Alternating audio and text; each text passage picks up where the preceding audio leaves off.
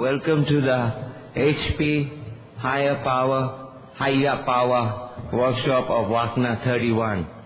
I'm an addict who found recovery in the classrooms of Narcotics Anonymous in Calcutta, India. And I'm very grateful. And I'm very grateful to my beloved fellowship, for giving me a new chance at life. I'm very grateful to the wonderful program of Narcotics Anonymous for teaching me how to live this way of life. And I'm very grateful to my God for, showing me the way. So, my next speaker is Tom C., who, as luck would have it, is an old friend of Calcutta.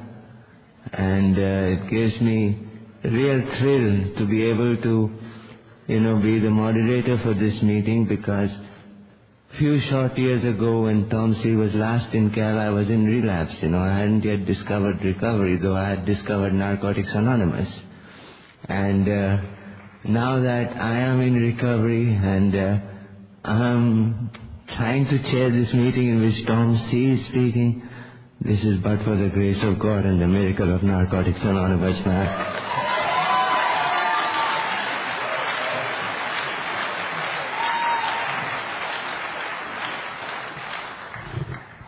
I'm Tom, very grateful addict.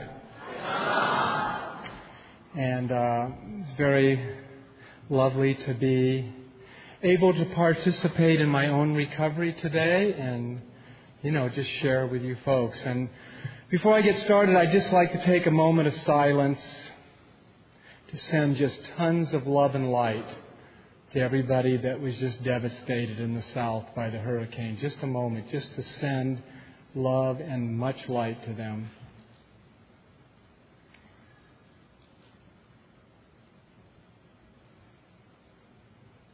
Thank you. Anyway, the thing is, what I was thinking of this morning in meditation, and I kind of told my wife how I was going to I don't really know what I'm going to say, but I kind of saw the direction I was moving in, because this morning I thought, the higher power, that's God, the higher power. It's just wonderful to talk about that and feel that you're blessed by it when everything is really going wonderful. When your relationship is on, when you got money in the bank and you're clean and you're just happy and your friends are loving you and all that. But I got to tell you, I guarantee you, there was lots of people that just lost their homes, that were working the steps, that were sponsoring people, that were in service, that were working a wonderful program of Narcotics Anonymous. And yet this just happened. And I became really aware of this many years ago in my recovery, when I finally got to the point where I really started to have a little bit of understanding of my higher power. Because for many years I really did want, and I've shared this before, I really did want the gold star next to my name, because shucks, I was in recovery. I was doing, trying to do everything NA said and my sponsor said and all that. And I just didn't want anything so, I don't even like to use the word bad and good. I'd rather just look at life, with a view of equanimity, and just things happen, And yet, people like us that are working really good programs and have a really good relationship with our higher power, we do get diagnosed with cancer. We lose loved ones that die. We get blasted by earthquakes, hurricanes, volcanoes, whatever. So where does that leave us in this relationship with a higher power? And for me, what it is, and I've said this before. I've talked about this. I said it at the World Convention in San Diego, and I'll still say it today. With 33 and a half years clean, nothing bad has ever happened to me yet. Okay?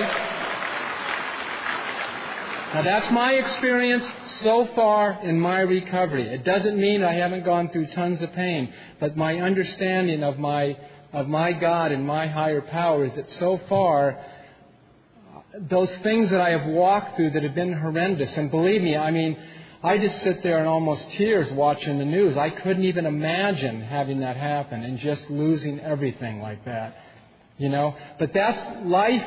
that's the one thing that life is. It's transitory. The Buddhists have this practice they do, and they make these mandalas out of colored sand, little specks of colored sand. And sometimes it takes, different sizes, whatever. But they can take 3 or 4 monks working all day, weeks, to finish a mandala sometimes. And that's down on their hands and knees with this little thing that sifts sand through it. And they just make these most elaborate, colorful things. All this thing, and when it's done, they completely destroy it. They just take their hand and go right through the sand. And to them, that's a symbol of the impermanence of life. That everything's always changing. I think what I'm trying to learn and what the steps are teaching me in recovery and working the steps with a sponsor and working the spiritual principles is to realize not this relationship that I'm forming with a higher power. The ultimate thing is that I become a channel for this higher power. And it doesn't matter what's going on in my outer life. What my thing to do is to carry the message of Narcotics Anonymous, to work with the newcomer, to be in service, to give love, no matter what is happening in my life. Not to take thought for my life, So it's kind of looking, when things happen in life, it's kind of like looking, you've heard that saying before, is the glass half empty or is the glass half full? And I choose to look at it as half full. My sponsor used to say, and she got it off one of these TV evangelists she used to watch, but it was kind of neat. We turn our scars into stars. You know what I mean? There's just all these little things, and I really believe that is the purpose of the spiritual life. To forget self and live for others, and you turn these challenges we have into beautiful things. That's all I know. I've been through heavy stuff in recovery, and I've been through stuff that was really devastating to me. But as I look back, and I stayed clean through it, and I walked through it, and I came to meetings, and I shared about it, and I did this, and I did all that stuff we're supposed to do. On the other side, I came out a more joyful, centered, and peaceful human being. And I shared about, 6 years ago when I was diagnosed with cancer. For the first 2 hours, I was like utterly devastated. You know what I mean? This guy just brought us in. He had he was a doctor in Hilo. What do you expect? You know what I mean? So, he wouldn't be practicing in Hilo if he, was, well, I don't know about that. My wife, I was just going to say, but my wife's a doctor in Hilo. She's a psychologist, and she's the best, you know what I mean? And that's where we live. But anyway, this guy didn't really have any compassion. He just walked us both into his office and said, the test came back, you definitely have cancer, prostate cancer. You would definitely 100% be incontinent and impotent the rest of your life. And I said, thank you for sharing. And we walked out the door and we never went back. That was that. And I did research and everything worked out. But those first 2 hours, there was 2 hours there where I was really kind of bummed out, having cancer and stuff like that. But then I remembered, what my life's really about. It's about recovery. It's about stepping up to the plate with the joy, with the love, no matter what's going on. And within 2 hours, I was on the cancer adventure, and we were just going, I'm blessed, I've got cancer, what a gift, let's see where it's going to take us. You know what I mean? And that's what we did.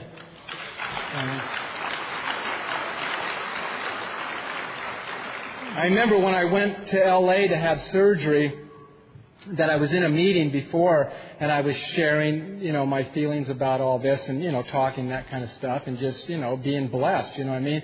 And this lady came up afterwards and said, I feel like I'm supposed to congratulate you for having cancer, you know what I mean? But, I just really feel like what we've been given here is a way to walk through life, no matter what happens, and stay clean. And if we do stay clean and keep working those steps, it's guaranteed joy on the other end of whatever we're going through. I know there was a grieving workshop right before this, and that's very necessary. A lot of things we don't turn around in 2 hours and go, wow, I'm blessed. I'm very aware of that. But I'm also very aware, I know, no matter what comes down the line, that I've got to turn to this program and I've got to turn to the principles. I don't have, being a recovering addict, I don't have the gift of sitting in self-pity for too long. I mean, it just, otherwise I will use again. I mean, this thing will convince me that my sorrow, my pain, my grief is beyond what anybody else has ever felt, and I will use to get rid of those feelings. So I have to go through whatever process I have to go through with my sponsor and, with these steps. And I got to tell you, I love the spiritual life, and I always call myself a wannabe monk, and I usually wear yellows and oranges and stuff like that because that's what monks wear, and I love that. I love the spiritual life. But when I got prostate cancer, I wasn't ready to give up sex. Just simple as that. I wasn't ready to become a monk, you know what I mean? And yet my sponsor, when he sat with me, he didn't get into feeling sorry about that with me. I'm telling you, he didn't. I was going, but Paul, I'm married to this beautiful woman, and I just love, and she walks in the room, she knocks my socks off, and wow, what am I going to do, and he just had to point out, Tom, in life, and he said, in my meditation room, I got pictures of all these holy peoples, and I have a spiritual teacher that I follow that certain path of meditation with, and I have all and the one thing he just said, instead of getting into my self-pity with me, he just said, Tom, these people that you respect, they're all living, and they lived very joyful lives, and that's one of the things they gave up, is that part of life, celibacy, and they, moved on and lived full lives and complete lives, and my own wife told me, she said, I don't know what's going to happen, but you got to know I'm never going to leave you and never be unfaithful to you, so let's just get over it.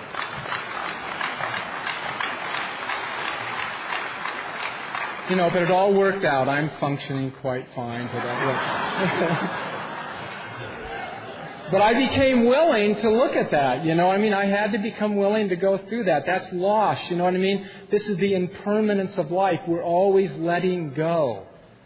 On the path, we're always being stripped of something and having to move on. That is what it's about. And sometimes that seems a little scary, but I've come to the point to really believe, and I like what Danny said yesterday, and it's the same kind of stuff that was told me, about helping others, and you help others, and I've had my sponsees do that, get into love and service, do love and action, do something loving for someone, and don't tell them, don't let it be found out you did it, because that was what was told to me in the beginning.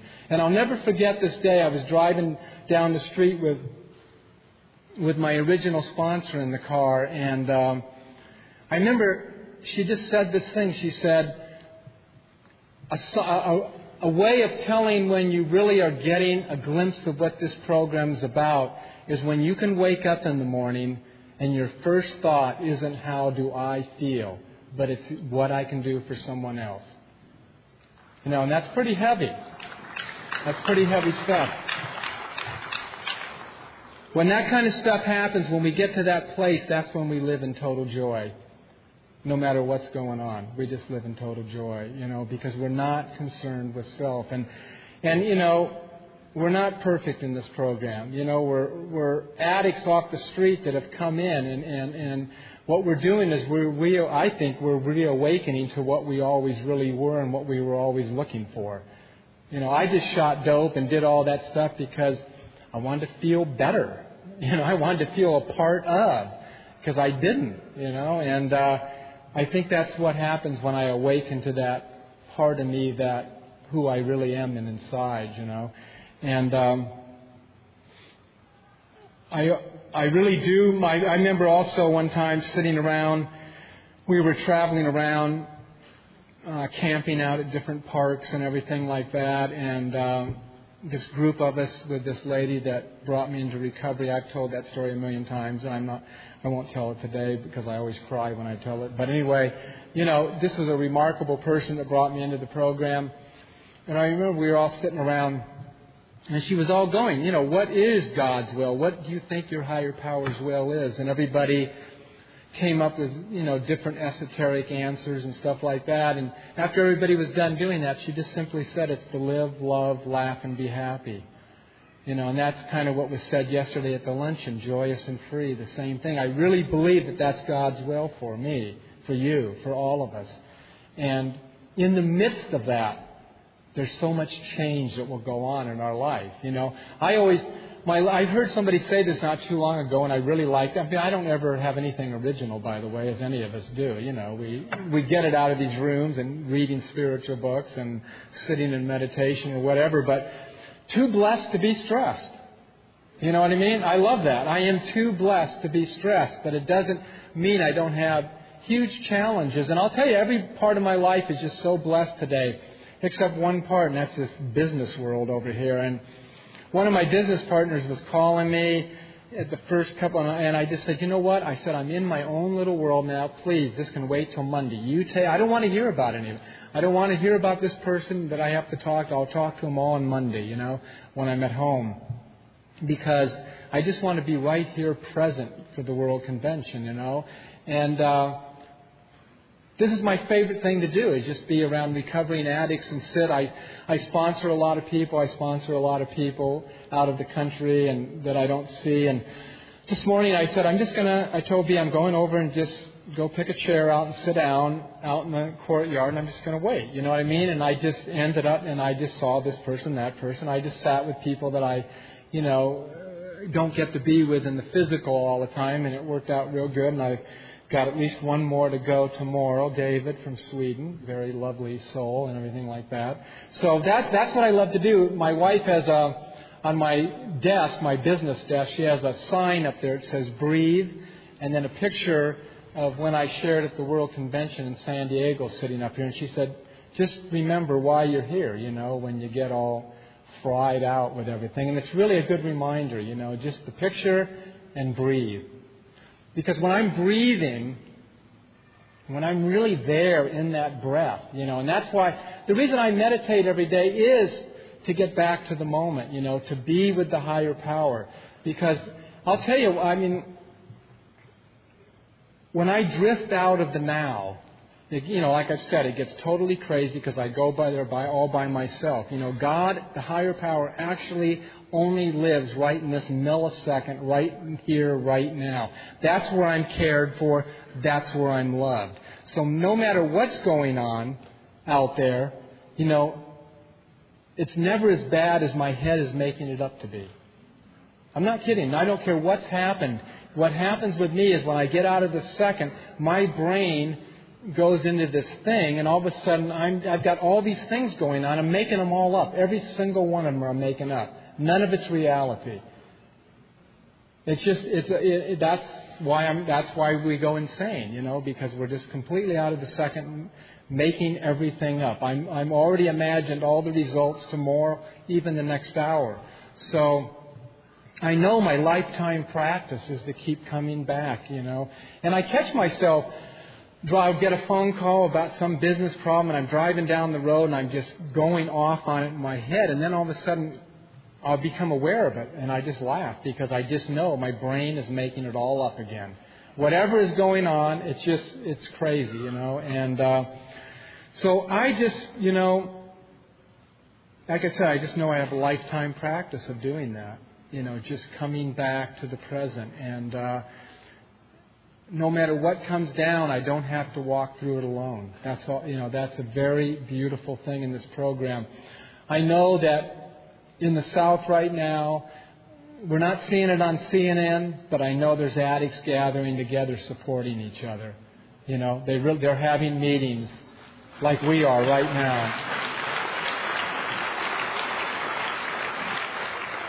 And that's the gift they've got that the others don't have, and they're, but you do see people bonding together, loving and helping each other, and these kind of things bring that. So no matter what it is, we can look for the love in it, and look for what we can do for someone else. And that sounds so simple, and it's really hard to do, I know. Coming in here, I really wanted to know about God when I got to this program because I was a product of the 60s, I did all my using in the 60s. I went to my first meeting in 1968, and I was totally connected with the program from then on. I kept going to meetings from 1968 to 71 and hanging out with friends that were getting clean, but I just kept picking up again. But that part of the program, I mean, that is the program, actually, that part of it. What other part is there? But anyway, the spiritual thing of the program is what I really grasp onto and I really, really love, because I was one of the guys in the 60s. If I wasn't shooting dope, I was taking LSD and smoking hash and reading prayer books and trying to meditate. And, I've often talked, the teacher I have today, I started taking these spiritual lessons that Phyllis is in here somewhere. I just saw her. There she is. She takes the same, anyway, you get these little lessons. This spiritual teacher died in the 50s, but he's got an ongoing lineage. But you get these little lessons in the mail about meditation, you know what I mean? It takes you right from the beginning, right on through it. It's a 4 or 5 year process to go through all the way. But I used to get these, when I first started doing, I used to get these lessons in the mail. It was 1966. And they used to come, so I used to go shoot methadone and open up my package and then sit down and try to meditate. And it didn't work, It didn't work. And I'm already ADHD to the max, so even clean, it's like a trip to see me. But I actually do. I go sit down and I actually sit every morning and light my little candles. I don't know how that happens, and and it just I'm able to do it for some. It's just over the year, 33 years of sitting. It's finally I can calm myself down a bit. But then once I walk out of the room, I'm totally a multitasker, and I actually have 3 or 4 businesses going at one time, that all have their own challenges and problems and all that. But that's who I am. And my wife works with severely ADHD people, so she can live with me, So those are some of her favorite clients, she says, But we make it work. But I just want to acknowledge Tim from Australia is in this room, I think, and he's 20 years clean today. There he is.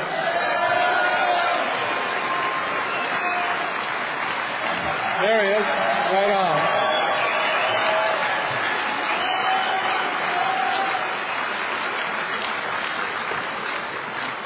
Nice way to celebrate your birthday.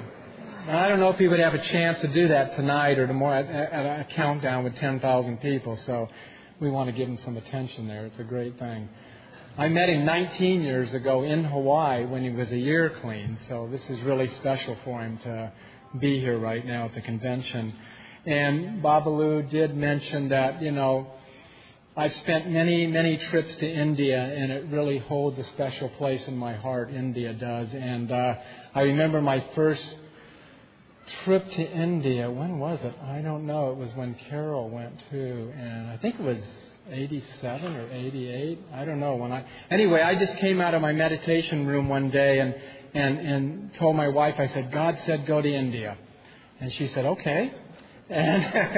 And it really did, though. I mean, I really had guidance to go, and Carol and this other lady were going to go to India at the same time, but they were going to another part, and they were going to end up in Kathmandu. And my guidance said go to Calcutta, and that's not a tourist area. I love you, Ananita. I love you. I love Babalu, but it's not a tourist area. They'll be the first ones to tell you there. Even Indians that come from Bombay or Bangalore get sick in Calcutta. You know what I mean? It's just...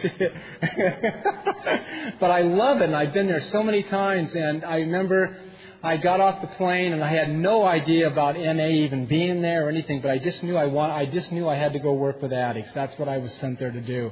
And I went to the Sutter Street, which is kind of a poor part of Calcutta, and then I got a room for like $1 a night. I said, if I'm going to be there, I might as well really just do it right. Of course, when I go now with my wife, we don't do it that way, actually. But anyway, I got in this little room for $1 a night, and I went right to Mother Teresa's place because I just wanted to meet her, at least, and which would have been really neat. But I didn't get to on that trip, but I did many other times. But somehow a nun adopted me and took me around to the deaf and dying and the orphanage where they pick up the people off the street and everything. And I kept saying to her, I want to work with the addicts. Where's some addicts, And she just kind of going, I don't know, But anyway, she took me to this house at the end of the day. It was really, I got to Calcutta at 1 o'clock.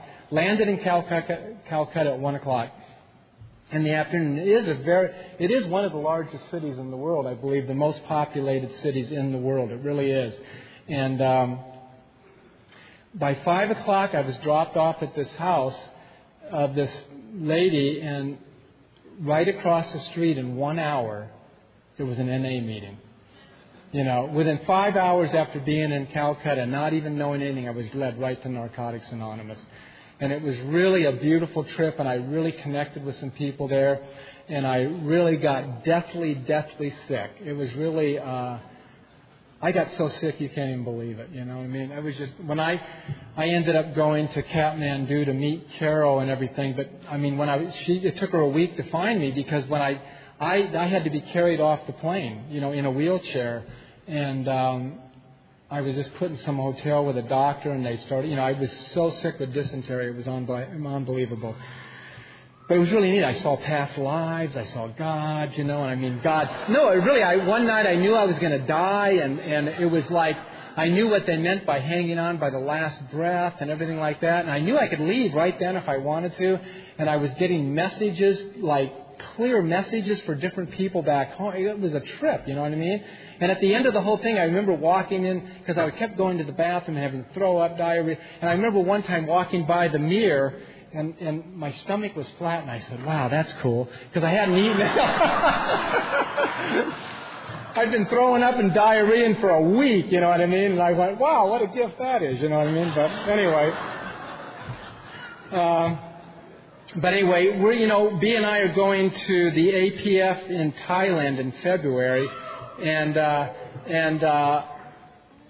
Ananita said we have to come back to Calcutta, and there's a custom in India, if they hold your hand and you're touching them and you tell them something, you have to do it. And so she held my hand and B's hand and promised us that we're going to go. And Calcutta, I just love it. I can't tell you why. I mean, I don't know. You know, Yogananda's house is there, and I always go to that too, my teacher's house. So we're going to Calcutta, God willing, and I think it is God. And I'm just going to close with one more thing, because there will be some time for some people to share then, and that is just this whole thing about guidance and everything, you know, and I just want to share one more thing about India, because it was really special. And one of the trips we were going on to India, business was kind of bad, and we had made our reservations, but it was the kind of ticket you didn't have to pick it up till almost like a day or two before you left. So my wife and I we had made reservations, we were going, but God, business was really bad, and I just didn't. So I went into it was about 4 days before we were supposed to leave or something like that, within the week. So I went into my meditation room, and I was just sitting there. I said, okay, God, I need a sign. You know, I need a clear direction if we're supposed to go on this trip or not. I'm totally willing to go, you know, just go be present at this convention. I think we're going to a convention over there. But I just said, I really need to know, because I'm totally mixed up about this. I have no idea whether I'm supposed to go and abandon the business. We don't really have the money, but should we do it? So anyway, I just sat there and said, I need guidance, you know. I walked out of the meditation room, and I swear to God, I was only closed the door for 1 second, and the phone rang. And almost 8 months before that, we had donated some money to this Buddhist temple on our island, and they had a drawing. And we weren't even conscious of that. And B's name was drawn, and we had won a round-trip ticket to India. 1 second after I had asked for guidance, you know. So like everybody jokes me, well, that meant B was supposed to go. But anyway.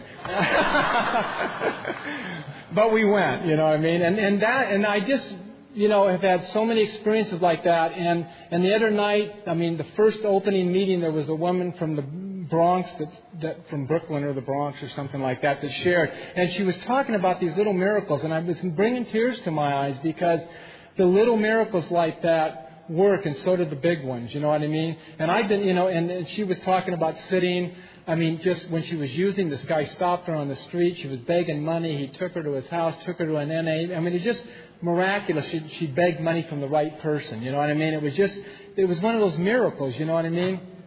And I've been sitting for about 6 months now, just asking for guidance about one of my companies and what's going to happen, you know, because I don't know, but all I know is it's God's business. you know. And I might lose a whole bunch. It might close, you know, or I mean, at my part of it, it'll go on with other people doing whatever. I don't know how it's going to work out personally for me, but I know no matter what, it's God's business, you know what I mean? And all I know is I've been asking for guidance for the last 6-8 months. Should I close it now before I'm more in debt? And it's always been go forward. I go forward and I get more in debt. But but we're going to see what happens. And I like it. It's almost like fun. You know, it's almost an adventure because I know God always comes through. Because that's all there is. And life is always perfect because that's all it can be. And this moment, no matter what's happening, is just absolutely precious, no matter what it is.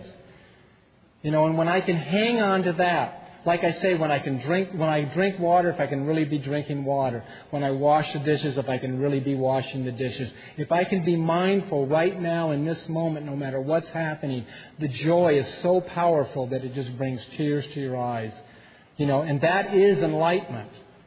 I used to seek after that and think that there was supposed to be, enlightenment is living right now, being mindful of the present. And your higher power will always be there. Always loving us, no matter what's happening on the outer, no matter if that mandala is being swept clean in your life. It is absolutely perfect and absolutely precious. And if you stay clean, it's only going to get better. Namaste.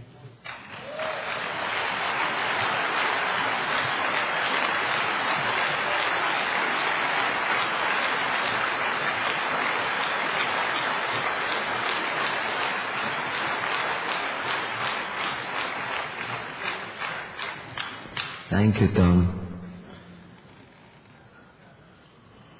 These kept a board on Tom's work table which says breathe. I'm going to tell myself breathe, Bablu, because you have blundered. And my recovery tells me this is your fellowship, admit it to them. They are always forgiving, they will forgive you. And my disease tells me justify your mistake. This is your fellowship. You can manipulate them. You know, my blunder is that before we started the meeting, I forgot to ask everyone to say the serenity prayer. So I will request everybody now to observe a moment's silence, and we will say the serenity prayer together.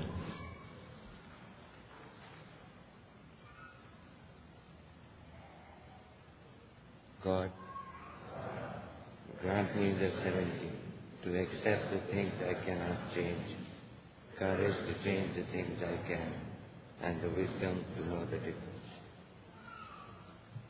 You know, earlier this morning there was a fantastic meeting. It was over a quarter of a century clean and loving it. Yeah? And that was an amazing meeting, and when I realized I'd forgotten to say the serenity prayer, I remembered they had forgotten to read the preamble. So, you know, I'm sorry for this mistake. I hope you forgive me, but this has been an awesome meeting. I thank Tomoko and thank Tom, and thank you all for being here.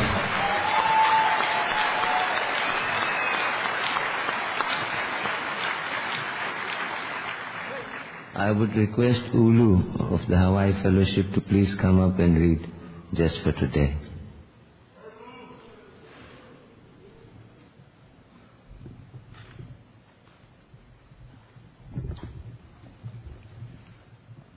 Hi, my name is Ulu and I'm an addict.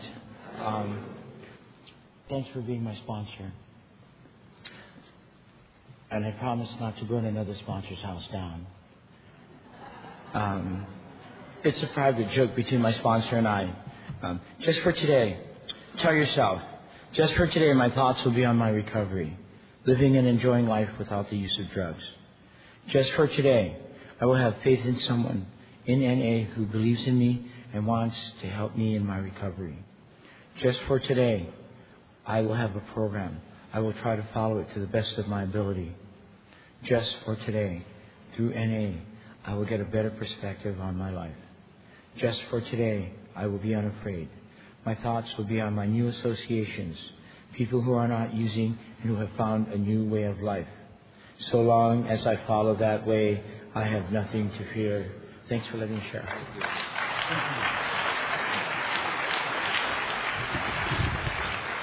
Thank you, Program Subcommittee of WACNA, for giving me this opportunity to chair this meeting. It's a thrill and an honor and a privilege beyond my wildest dreams. I thank the Hawaiian Fellowship for giving me and my wife such a loving welcome in Honolulu. Aloha and mahalo.